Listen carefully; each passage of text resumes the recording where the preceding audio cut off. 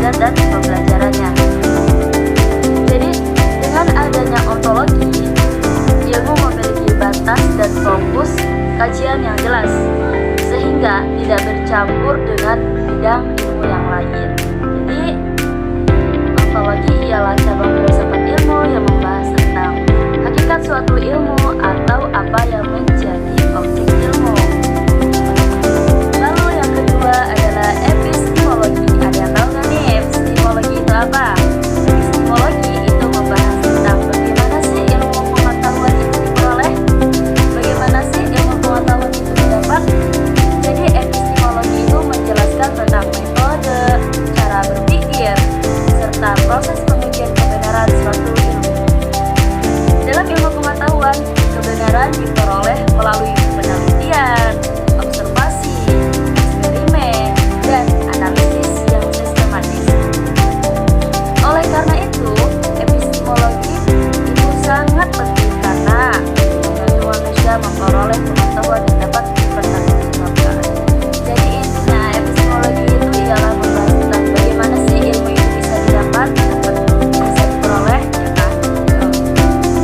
Lalu yang ketiga adalah aksiologi. Apa sih aksiologi itu? Ada yang tahu nggak nih? Aksiologi adalah cabang filsafat ilmu yang membahas tentang nilai, manfaat, dan etika penggunaan ilmu pengetahuan. Aksiologi menjawab pertanyaan, untuk apa ilmu digunakan? Ya kan?